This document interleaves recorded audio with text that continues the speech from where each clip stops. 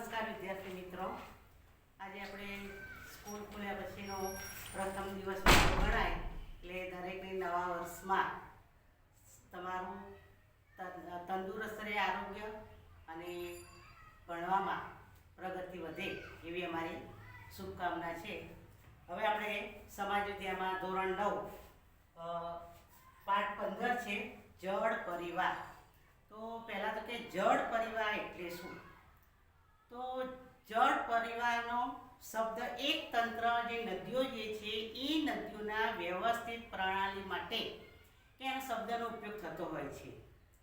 એટલે આપણે જોઈએ કે ભારતના ભૂપૃષ્ઠને જોતા નદીઓ જે છે એ નદીઓની મુખ્ય કેટલીક શાખા, એટલે આ શાખા નદીઓ સાથે જોડી અને જુદી જુદી દિશાએ આવીને જોડાતી હોય છે.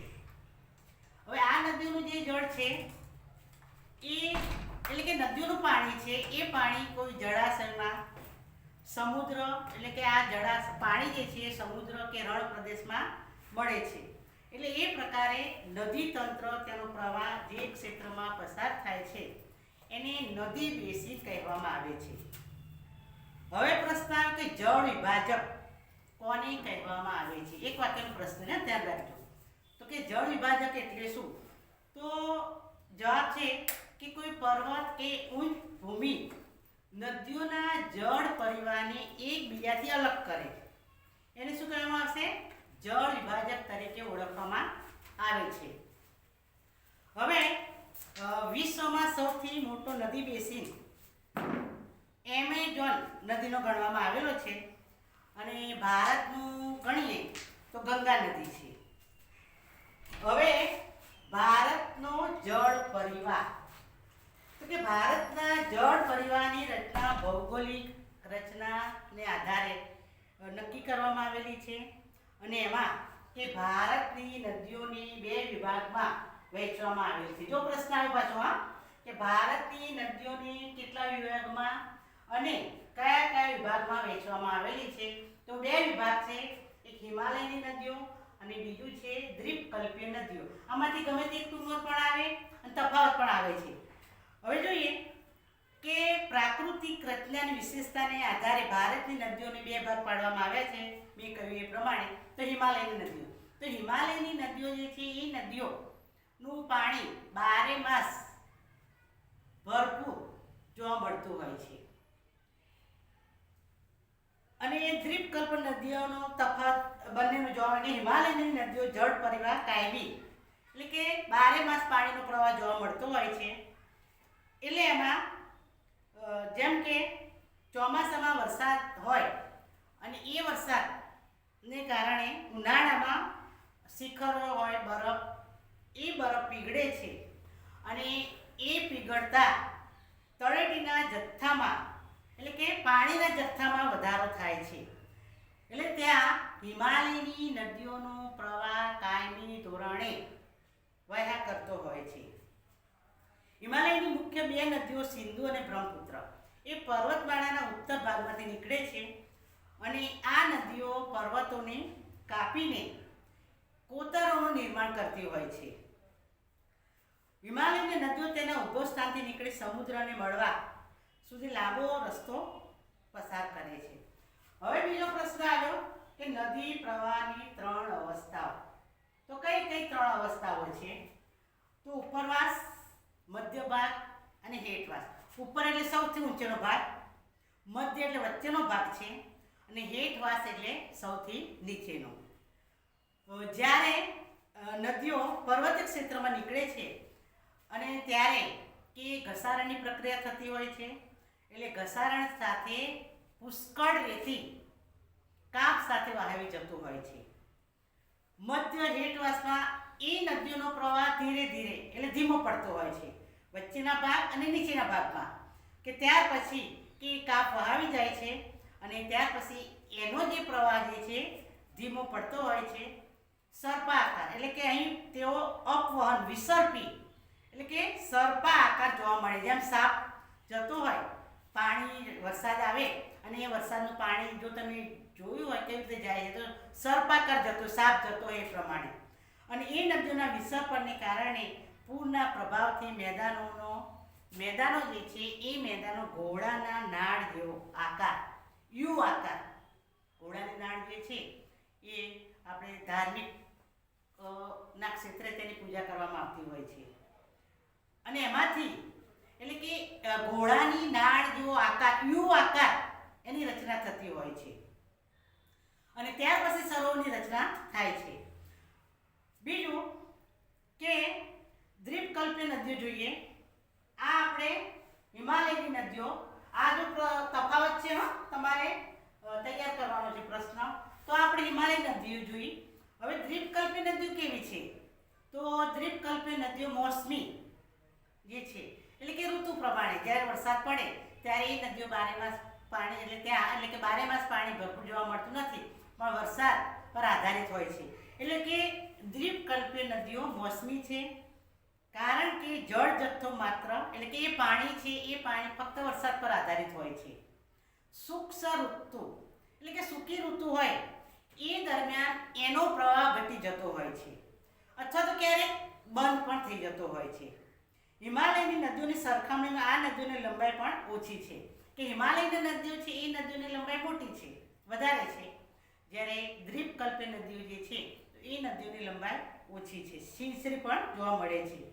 પ્રાકૃતિક રચના અને પહાડોના ઢોળાવને કારણે કે મોટાભાગની દ્વીપકલ્પીય નદીઓ પશ્ચિમ ઘાટમાંથી નીકળી પૂર્વ તરફ વહે છે અને એ પછી બંગાળાની ખાડીને મળતી હોય છે. હવે પ્રશ્ન છે, જો અહીં 4 પુસ્તકમાં બતાવેલું છે કે વૃક્ષાકાર પ્રણાલી એટલે શું, જાળીયાકાર પ્રણાલી, આયતાકાર અને કેન્દ્રત્યાગી. તો જોઈએ વૃક્ષાકાર એટલે કે મુખ્ય નદીઓ તેની શાખાની ગોઠવણી કે એના વૃક્ષના ડાળીઓનો આકાર જોવા મળતો હોય છે. એટલે કે વૃક્ષની ડાળી જેવી એની ગોઠવણી એવી સુંદર રીતે રચના થયેલી હોય છે. એને આપણે વૃક્ષાકાર નદી તરીકે ઓળખવામાં આવે છે. તો ઉદાહરણ આપ્યું છે કે ગંગા નદી, તો એ ગંગા નદી જે છે તો એ આકાર કેવો છે, વૃક્ષાકાર છે. બીજું જાળી આકાર પ્રણાલી. તો જાળી આકાર પ્રણાલીમાં શું કે જે પર્વતીય પ્રદેશ છે એ પ્રદેશમાંથી નીકળતા ઝરણા છે અને એ ઝરણા પહાડી ઢોળાવને કારણે એકબીજાને મળે છે અને એની રૂપરચના જાળી આકારની બનતી હોય છે. એટલે એને જાળી આકાર પ્રણાલી તરીકે ઓળખવામાં આવે છે. ઉદાહરણ આપ્યું છે કે હિમાલયના ઢોળાવો પરથી નીકળતા ઝરણા જે છે એ ઝરણા જાળી આકાર રચના ધરાવે છે. ત્રીજું છે આયતાકાર પ્રણાલી. તો એ નદીઓ એકબીજાના કાટખૂણે મળતી છે. આ મુખ્ય નદી અને શાખાઓ જે છે એ એકબીજાના કાટખૂણે મળે છે અને એ નદીની રૂપરચના કેવા છે, આયતાકાર રચના ધરાવે છે. તો એનું ઉદાહરણ કે મોટે ભાગે જે ફાટખેણમાં વહેતી નદીઓ જે છે તો એ નદીઓની રૂપરચના કે આયતાકાર રચના જે છે એનું ઉદાહરણ છે નર્મદા નદીનું ઉદાહરણ આપ્યું છે. છેલ્લું છે કેન્દ્ર ત્યાગી પ્રણાલી.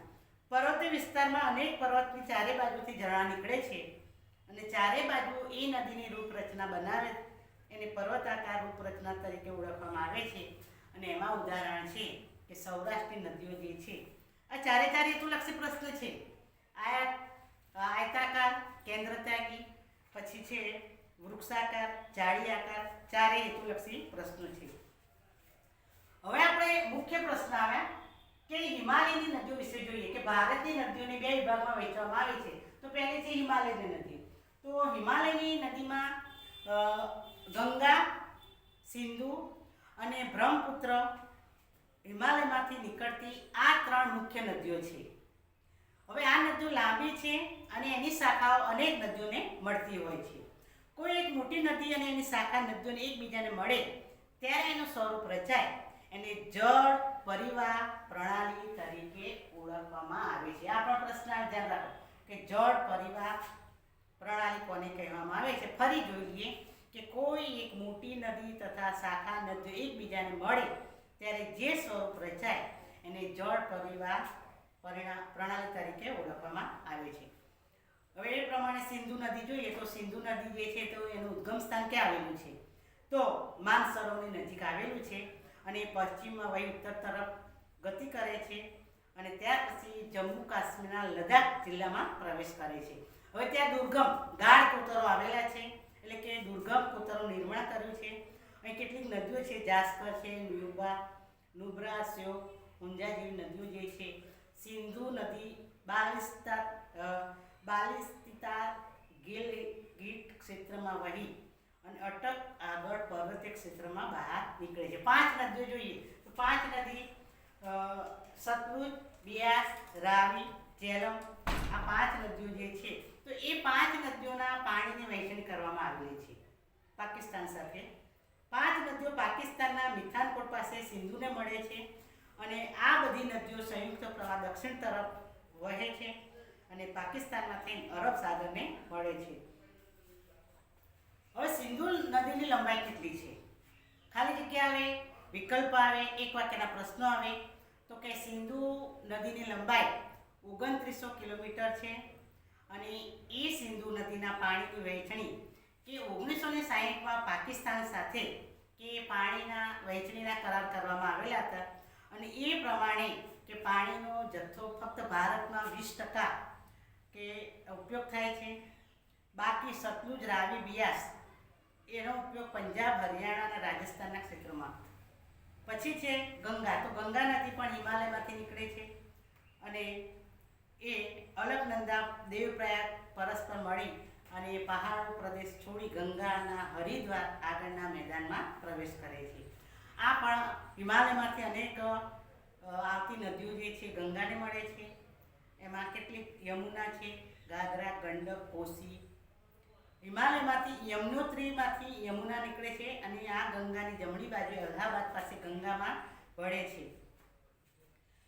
દ્વીપકલ્પી ઉચ્ચ પ્રદેશમાંથી નીકળતી કેટલીક નદીઓ છે તો ચંબલ અને બેતવા, યમુના, સોણ, ગંગા નદીને મળે છે અને આ નદીઓ અર્ધ શુષ્ક ક્ષેત્રમાંથી નીકળે છે અને જોઈએ તો કે આ નદીઓની લંબાઈ ઓછી જોવા મળે છે અને પાણીનું પ્રમાણ પણ મર્યાદિત છે, જળ જથ્થો પણ મર્યાદિત છે.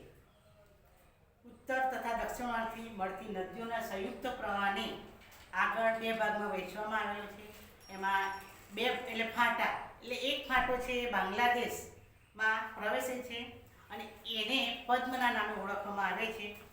બીજો ફાટો છે પશ્ચિમ બંગાળમાં પ્રવેશે છે અને એ ભાગીરથી હુગલી નામે તેને ઓળખવામાં આવે છે અને એ બંગાળાની ખાડીને મળે છે. ગંગાનો પ્રવાહ બાંગ્લાદેશના પદ્મના નામે ઓળખાય છે. જો આ એક વાક્યનો પ્રશ્ન આવે કે ગંગાનો પ્રવાહ બાંગ્લાદેશમાં કયા નામે ઓળખવામાં આવે છે તો પદ્મના નામે ઓળખવામાં આવે છે.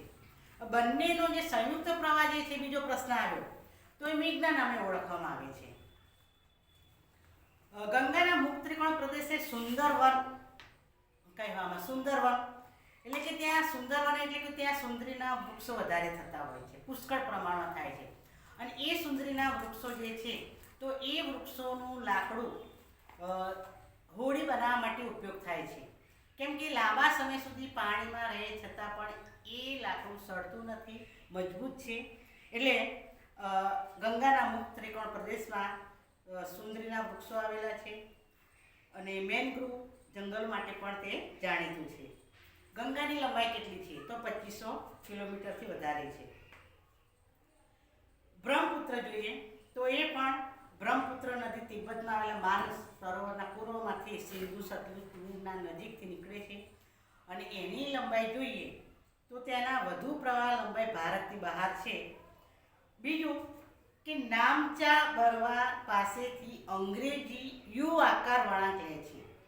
અંગ્રેજીમાં યુ જે છે એનો આકાર લઈ અને એ અરુણાચલ પ્રદેશમાં એટલે ભારતના અરુણાચલ પ્રદેશમાં પ્રવેશે છે અને અહીં એને દિહાંગ નામે તેને ઓળખવામાં આવે છે.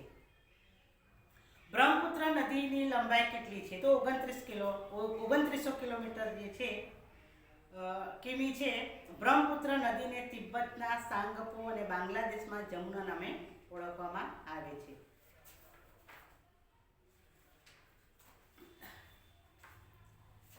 અહીં જોઈએ તો દર વર્ષે વર્ષા ઋતુમાં આ નદી જથ્થાના પ્રમાણમાં વધારે એટલે કે પાણીનો જે પ્રવાહ વધારે હોય છે એટલે એના કારણે બાંગ્લાદેશમાં તમે જુઓ કે વારંવાર પૂર આવે છે અને એ પૂરના કારણે તારાજી સર્જાતી હોય છે, જાનમાલને નુકસાન થતું હોય છે.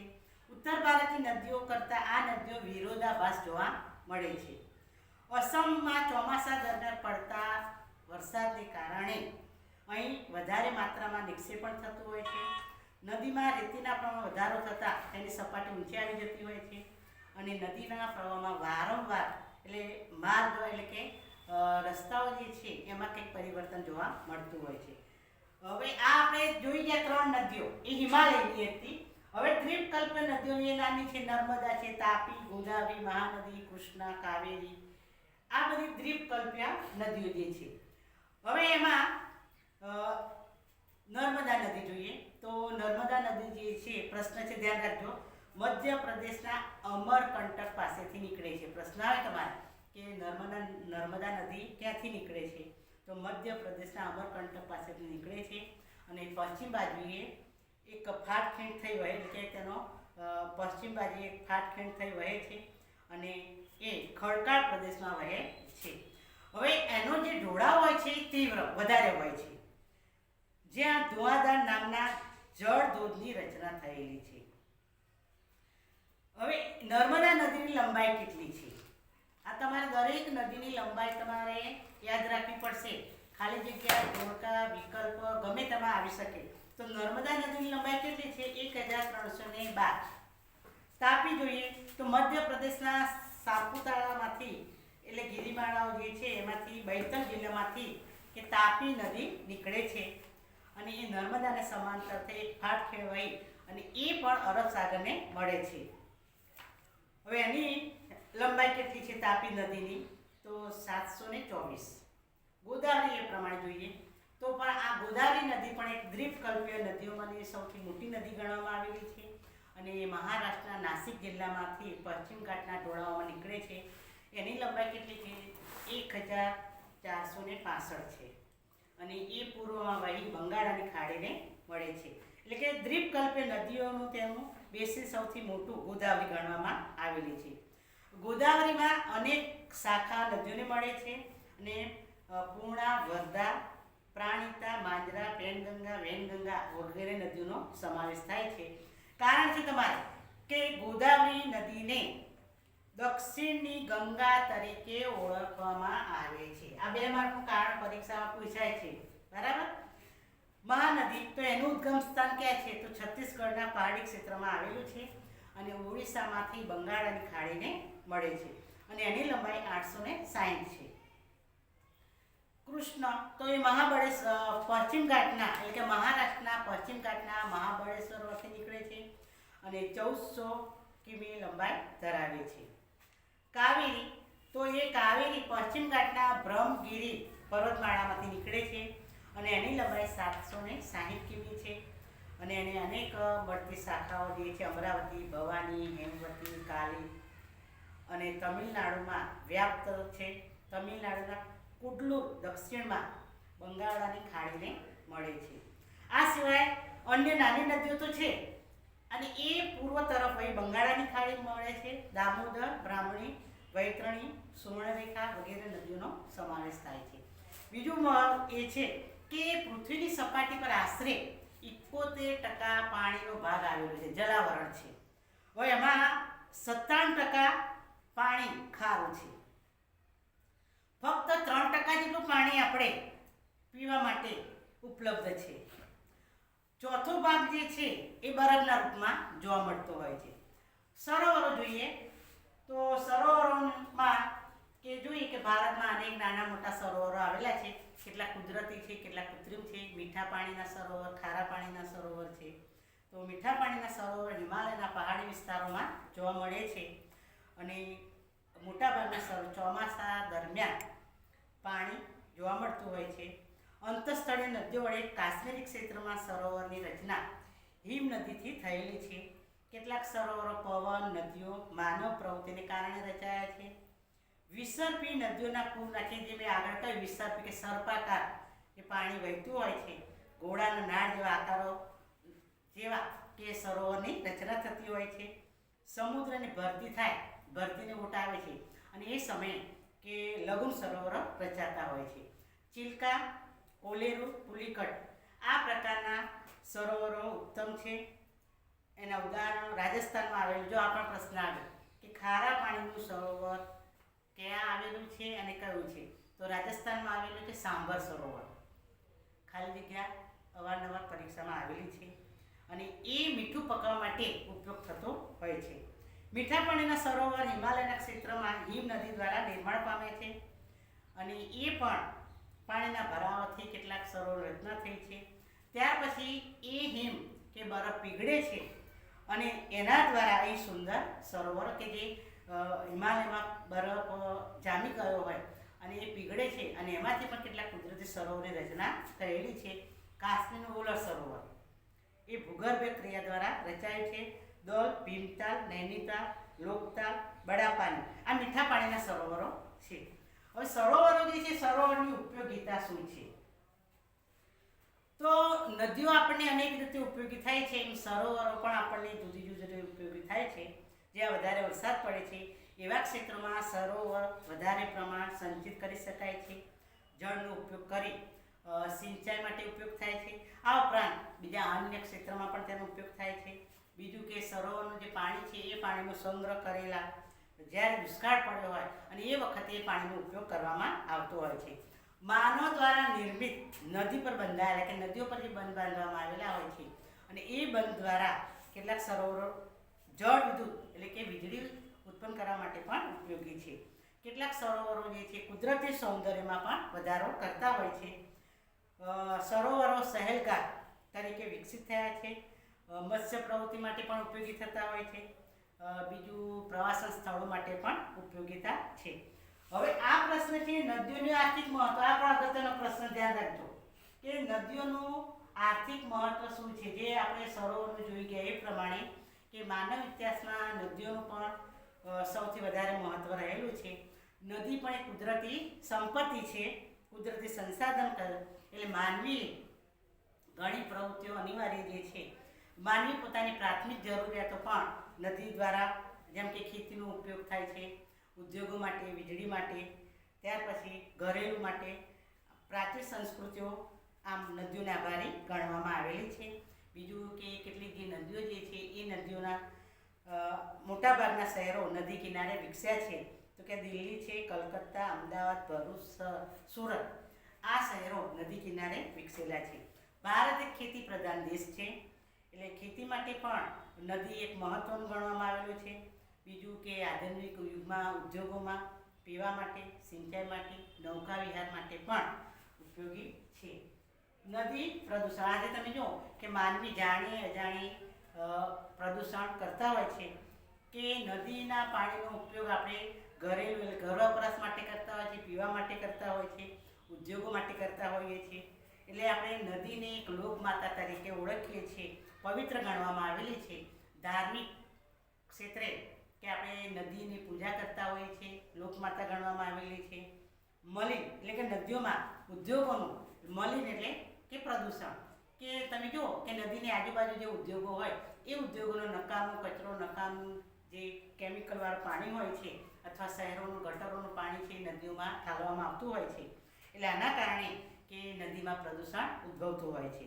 પરિણામે માનવી જેને લોકમાતા કહે છે એને એ નદીને માનવીએ પ્રદૂષિત કરી છે.